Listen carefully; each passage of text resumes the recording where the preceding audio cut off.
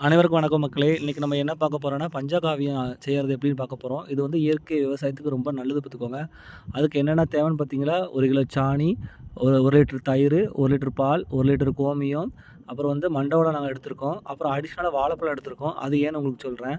நம்ம வந்து மொத என்ன பண்ண போறோம்னா, நம்ம சாணிய வந்து சமமான அளவு தண்ணி எடுத்து கலக்கணும். கலக்கிட்டு அது கூட வந்து மண்டவெல்லம் இருக்குல்ல, அத உடைச்சு நொறுக்கி பொடியாக்கி அத மிக்ஸ் பண்ணணும் பார்த்துக்கோங்க. அதையும் நல்லா நம்ம கிண்டிட்டு, நம்ம எ எடுத்து வச்சிருக்க பாலு, தயிரு அதெல்லாம் அவ்வளத்தையும் மிக்ஸ் பண்ணணும் பார்த்துக்கோங்க.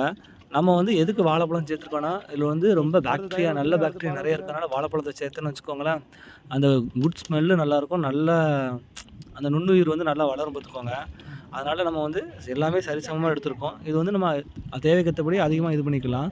ஆனா நாங்க சின்ன பாத்திரத்தில பண்றோம். உங்களுக்கு வந்து தேவை அதிகமா இருந்துச்சுன்னா, நீங்க பெரிய பாத்திரத்தில பண்ணலாம். ஆனா இந்த பஞ்சகாவியத்த வந்து நம்ம ரெடி பண்ணிட்டு 21 நாள் அப்படியே வச்சிரணும் பார்த்துக்கோங்க. அதுக்கப்புறம் இத எப்படி யூஸ் பண்ணணும் உங்களுக்கு சொல்றேன் ஃப்ரெண்ட்ஸ்.